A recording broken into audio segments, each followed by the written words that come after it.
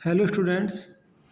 जैसे कि आप जानते हैं, आने वाली परीक्षाओं की तैयारी के लिए प्रीवियस ईयर क्वेश्चन पेपर की सीरीज शुरू की हुई है। उसी के अंतर्गत आज का पेपर बीएलएलबी फोर्थ सेमेस्टर के लिए ये हिस्ट्री, इंडियन मॉडर्न हिस्ट्री से रिलेटेड पेपर है जो हम डिस्कस करने जा रहे हैं। सभी विद्यार्थी इस पेपर को अपने नोटबुक में नोट करें तथा पेपर ओरिएंटेड मैनर में ही अपनी तैयारी करें, क्योंकि जो पेपर की आवश्यकता है उसके आवश्यकता के तरीके से ही हमको तैयारी करनी है, जिससे कि हम एग्ज़ाम में अच्छा परफॉर्मेंस कर सकें और काफ़ी अच्छे मार्क्स हम उसमें ऑब्टेन कर जाएं। तो उसके लिए ज़रूरी है कि हमारी तैयारी पेपर ओरिएंटेड मैनर में होनी चाहिए। ठीक है, ऐसा नहीं कि हम बहुत कुछ पढ़ लें और वो पेपर के मतलब का ना हो, या फिर हम बहुत कम पढ़ें और वो पेपर में हम लिख ना पाएँ।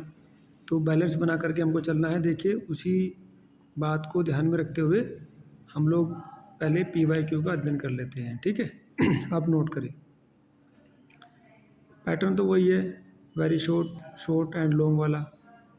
तो आप नोट करें। Question number 1 Indian modern history से आइए। ठीक है, उग्रवादियों का उदय अथवा अतिवादी राजनीति संक्षिप्त में वर्णन कीजिए। राइज ऑफ एक्सट्रीमिज्म और रेडिकल पॉलिटिक्स ब्रीफली एक्सप्लेन। ठीक है, क्वेश्चन नंबर 2 आर्य समाज की चर्चा कीजिए। The Arya Samaj explain. 3 गोपाल कृष्ण गोखले के विचारों का वर्णन कीजिए। Thought of Gopal Krishna Gokhale explain. देखिए, ये आधुनिक भारत के विचारक हैं। आधुनिक भारत के हैं तो उनके नाम आएंगे इसमें। किसानों के विद्रोह तथा कृषक आंदोलन का वर्णन कीजिए। Peasant revolts and agrarian movements. ठीक है, नाउ क्वेश्चन नंबर 5 देखिए, भारतीय स्वतंत्रता का उद्घाटन का वर्णन कीजिए। Inauguration of Indian independence explain. Okay, now short question में देखिएगा। क्वेश्चन नंबर 6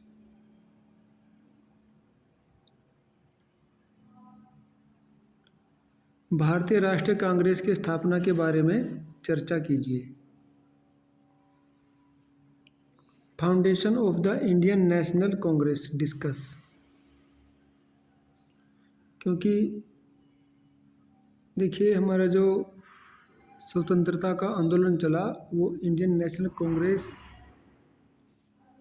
के अंडर में चला, और भारतीय राष्ट्रीय कांग्रेस का भारत के स्वतंत्रता आंदोलन से काफ़ी मेल है।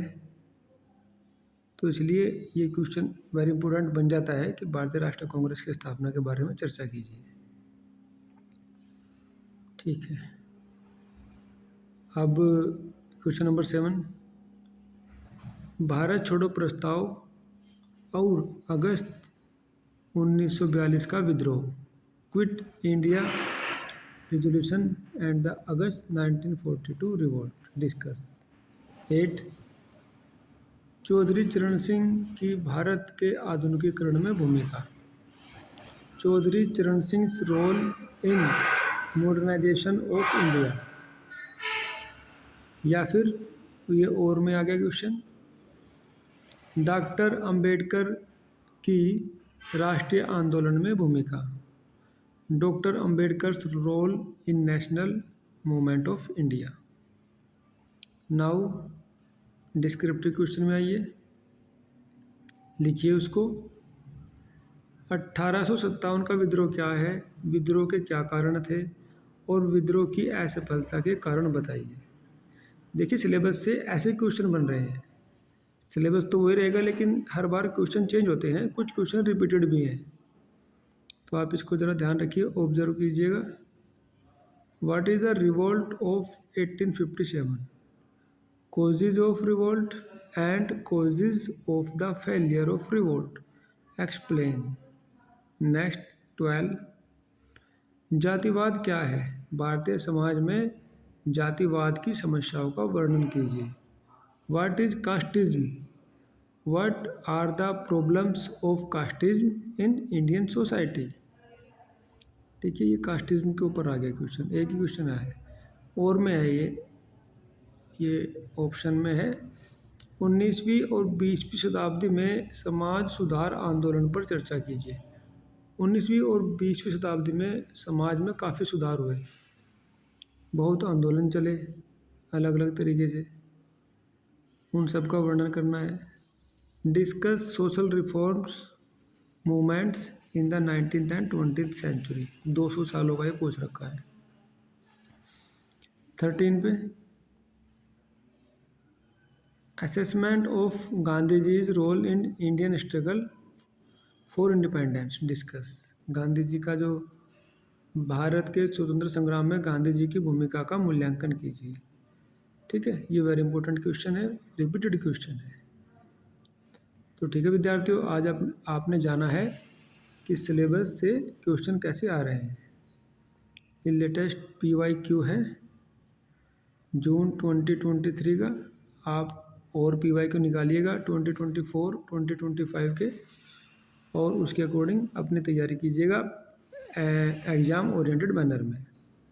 तो ठीक है विद्यार्थियों, I think this lecture will be very helpful to you. आने वाली परीक्षाओं की तैयारी में लग जाइएगा। प्रीवियस ईयर क्वेश्चन पेपर को स्टडी करना आने वाली परीक्षाओं में काफ़ी हेल्पफुल रहता है।